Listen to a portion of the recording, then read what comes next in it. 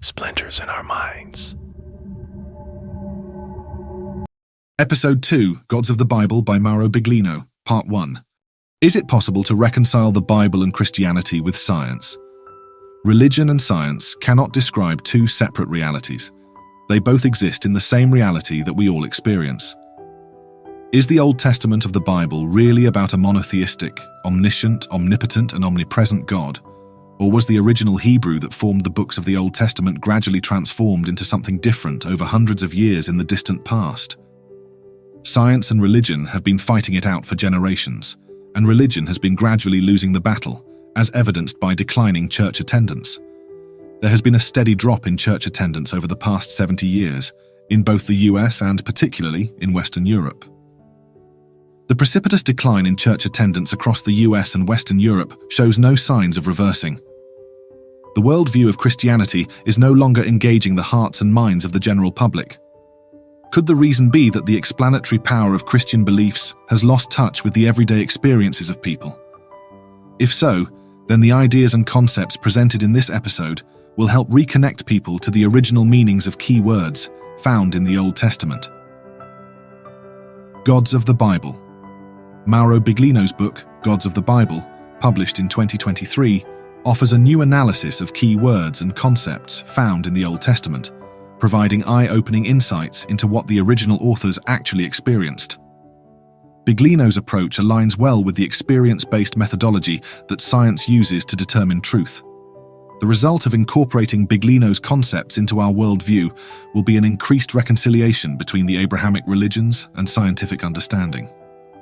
Short bio of Mauro Biglino. The following biographical information is taken directly from Biglino's published works and from the book Handbook of UFO Religions, edited by Benjamin E. Zeller. Biglino was an inspector of genetic laboratories belonging to schools and universities. His inspections were conducted to determine the legality of the activities occurring in the labs. He served in the Alpine Army of the Italian Army, which is the Mountain Warfare Infantry Corps. The Alpine Army is a prestigious branch of the Italian Army. Biglino admits to being a Freemason and attaining the degree of Grand Master, although he no longer practices.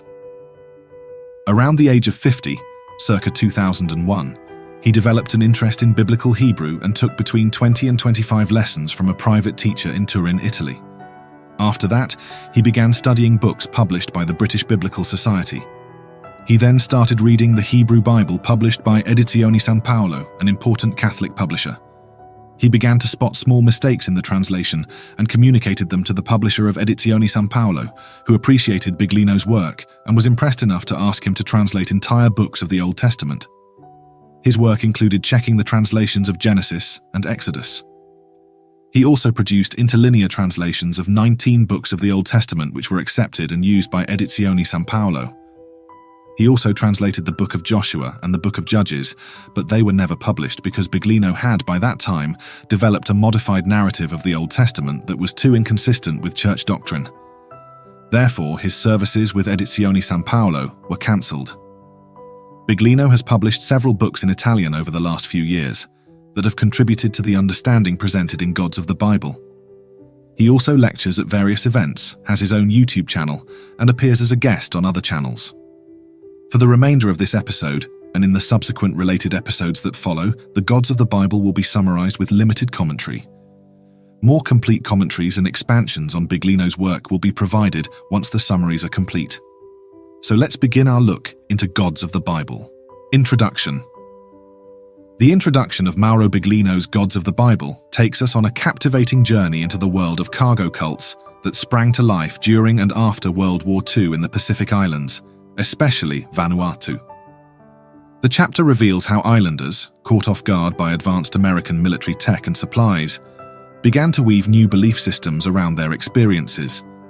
Having never seen anything like it before, these islanders created religious rituals in hopes of enticing the return of the gods who had blessed them with cargo.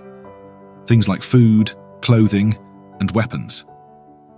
Their unique rituals even included building replicas of runways, planes, and control towers, all to draw back more of that promised cargo, much like the American soldiers who once inhabited their islands.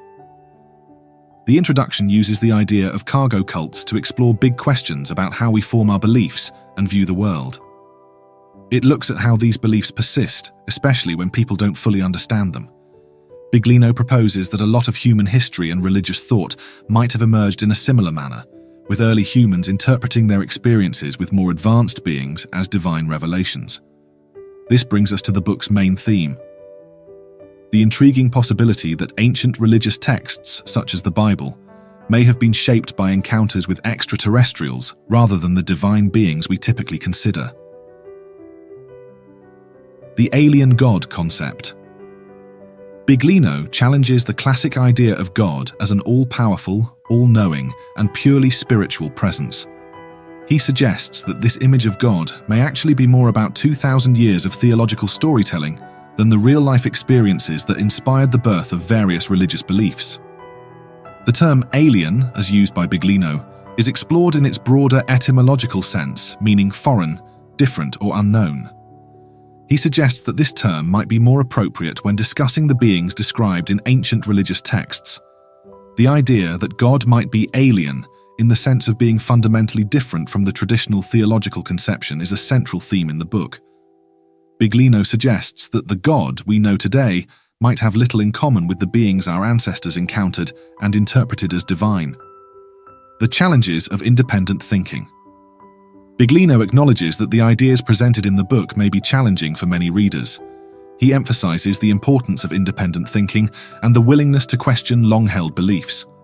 He suggests that the reader must be open to new perspectives and be prepared for the possibility that their understanding of religion and history might be fundamentally altered by the arguments in the book. He also discusses his personal journey as a Bible translator, noting that his willingness to question traditional interpretations led to conflicts with established religious institutions. He shares his experience working with Edizioni San Paolo, a major Catholic publisher, and how his doubts about certain biblical passages led to the end of their collaboration. As we know from episode 1, organizations that adhere to a specific worldview will defend it by dismissing, denying, and avoiding anything that presents an apparent contradiction with their worldview. Here we can see that the publisher Edizioni San Paolo reacted in exactly this manner to Biglino's findings. Biglino uses ancient Hebrew manuscripts, such as the Stuttgartenser Bible and the Masoretic text of the Leningrad Codex, as the basis for his translations. He notes that he has tried to remain as faithful as possible to the original texts, even when this leads to interpretations that might be considered unorthodox or heretical by traditional religious standards. Chapter 1. Discourse on method. Biglino takes a bold stand against how we usually interpret religious texts in the Bible. Instead of looking at it through a theological lens, he suggests we read it literally and historically. His main point? The Bible, which many hold dear, has been twisted, mistranslated, and misunderstood over the years to fit different religious agendas. He urges us to approach it as if it's literally true, peeling back all the theological layers that have been added over time. Cultural guardianship and ideological control. Biglino explores the idea of cultural guardianship, where institutions like universities and religious organizations hold the reins on knowledge and history. They do this by choosing what interpretations to share and promoting ideas that keep their power intact. This approach discourages fresh perspectives and shuts down any challenges to the way things are. By maintaining their own authority, these institutions block new ideas from taking root, even when those ideas could spark major breakthroughs in our understanding. The case of Heinrich Schliemann and the Bible. Biglino brings up Heinrich Schliemann, the man who found the legendary city of Troy, as a way to explain his take on the Bible. Schliemann struck archaeological gold because he didn't just accept what scholars of his day said. Many considered Homer's tales to be nothing but fiction. Biglino believes that if we read the Bible in the same straightforward way, without all the theological layers piled on top, we might just discover some surprising truths about where it came from and what it really means. Multiple Bibles, multiple traditions. Biglino points out that there are many versions of the Bible, each with its own quirks and interpretations. He explains that different religious traditions have their own collections of scriptures, with some books accepted by one group but tossed aside by another. For instance, the Catholic Old Testament has several books that the Jewish tradition doesn't recognize. On top of that, the Greek Orthodox Church relies on the Septuagint, which is quite different from the Masoretic text that Jewish and Protestant groups use. Biglino argues that these variations shake the idea of the Bible being one solid book with a single clear message.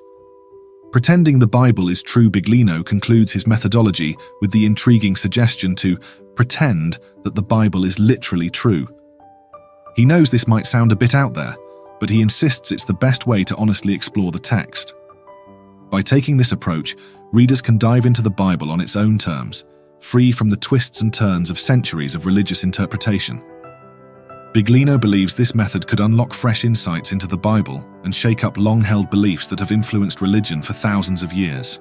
Chapter 2. Elohim. Introduction. The ambiguity of Elohim. Mauro Biglino kicks off the chapter by questioning the traditional understanding of the term Elohim in the Bible.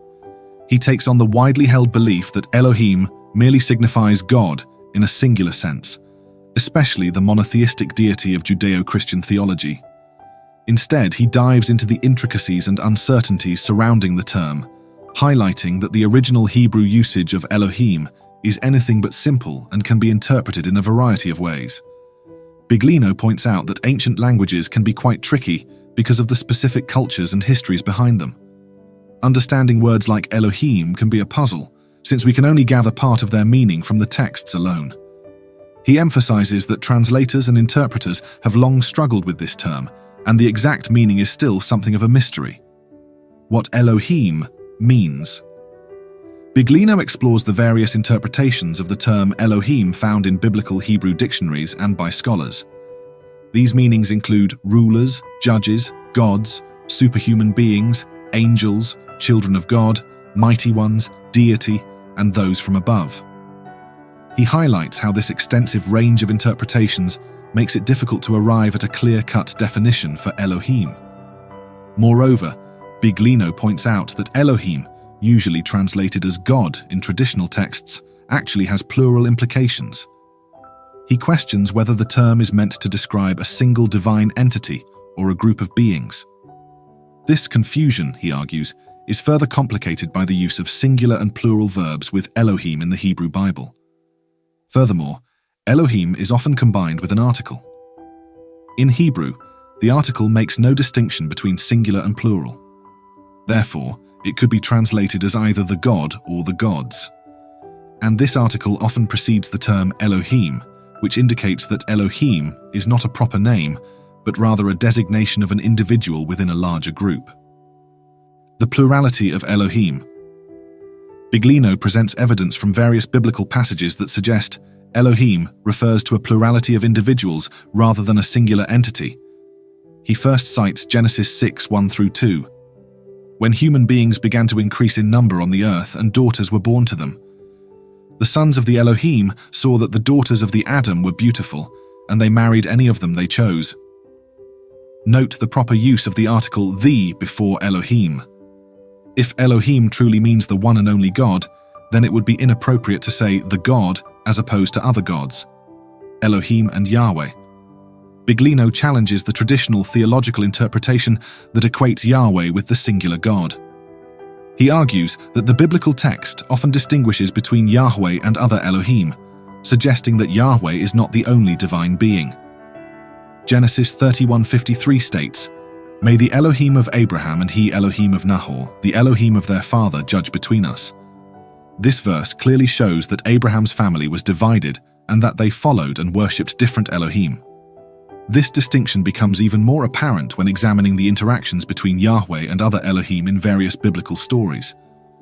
Biglino points out that the Bible often portrays Yahweh as interacting with or competing against other Elohim, further supporting the idea that Elohim refers to a group of beings rather than a singular God. What is his name? In Exodus 3:12-15, Elohim speaks to Moses. After listening to what he is told, Moses is unsure about who is speaking to him, which is rather odd. Here is the verse. "Behold, I go to the Israelites and say to them, 'The Elohim of your fathers has sent me to you, and they will ask me, what is his name? What will I answer then?' Biglino's follow-up questions about these verses demonstrate the problem with translating Elohim as a singular God. He states, "If the Elohim of the fathers was one, how could Moses have doubts? If the term Elohim is always Yahweh God in the singular, how could Moses, the greatest of all prophets, have doubts about his identity? If the Elohim of the fathers was the one and only God, how could the Israelites have doubts about his identity?" Throughout this chapter, Biglino quotes verses not only from Genesis and Exodus, but also from Deuteronomy, Joshua, Kings, and Jeremiah. He presents the context of each quote and then poses his questions, which reveal the fundamental problem with treating the word Elohim as a singular God, counting the Elohim. Biglino lists 23 specific instances in the Old Testament where particular members of the Elohim are either indirectly or directly referenced. In 4 cases, they are actually named: Chemosh, who ruled over the Moabites; Milcom, who ruled over the Ammonites; Astarte, who ruled over the Sidonians; and Rimmon, who ruled over Damascus. Biglino's comments on this list provide further insight into the issue. Given a large number of Elohim mentioned in the Bible, present and active in a relatively small area, is it surprising that the term has a plural ending to refer to the group or the actions of the group as a whole? Are the Elohim immortal? In a word, no. Biglino states that immortality is not a concept that can be found in the Old Testament, and it does not apply to the Elohim. As proof, he references Psalm 82, 6-7. "I said, 'You are Elohim, you are all sons of Elion, but you will die like Adam, you will fall like every other ruler.'" Conclusions. Biglino provides several conclusions, among which the following offer the most insight into the nature of the Elohim. The Elohim did not concern themselves with issues such as religion in the modern sense of the word, spirituality, or life after death. Their goal was to define the power structures in the various territories where different civilizations were developing. The Elohim were legislators. They dictated rules and regulations with full decision-making autonomy. The Elohim were governors. They took care of the many aspects of power. They enforced the laws directly or through their agents and delegates, such as Jethro, Moses, and so on. The Elohim were judges. They controlled the observance of the laws, imposed and enforced punishments, or had them enforced. This concludes Episode 2. The thread of this episode is Ancient Civilizations.